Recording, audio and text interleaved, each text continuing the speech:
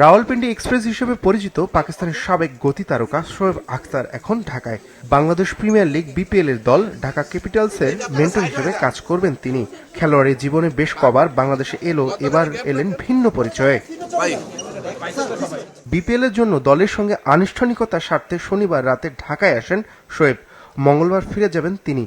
শোয়েব ঢাকা ক্যাপিটালসের সঙ্গে আবারও যোগ দেবেন আসরের ঢাকা পর্বে। চলে যাওয়ার আগে আনুষ্ঠানিক সংবাদ সম্মেলনে শোয়েব শুনিয়েছেন বাংলাদেশ দলকে নিয়ে আসার কথা।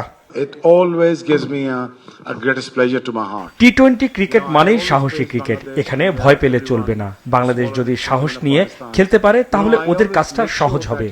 বাংলাদেশের খেলোয়াড়দের শুধু একটু আত্মবিশ্বাস দরকার। আশা করি 2026 টি-20 বিশ্বকাপে বাংলাদেশ অনেক বড় চমক দিতে পারবে। But the pace battery that you're talking about, I think is looking good. BPL A mentor হিসেবে থাকলেও ঢাকা দলটির পেস বোলারদের নিয়েও কাজ করবেন তিনি। টাইগার পেস আক্রমণের বর্তমান চিত্র দেখে আশাবাদী হওয়ার যথেষ্ট কারণ দেখছেন ঢাকা ক্যাপিটালসের এই mentor. Nahid Rana is the Taskin আর নাহিদ রানার মধ্যে সত্যি অনেক সম্ভাবনা আছে। ওদের গতি ও শক্তি আছে। সুযোগ পেলে আমি অবশ্যই ওদের সঙ্গে কাজ করতে চাই। তবে অনুশীলনে তাসকিনের সঙ্গে দেখা হতে পারে।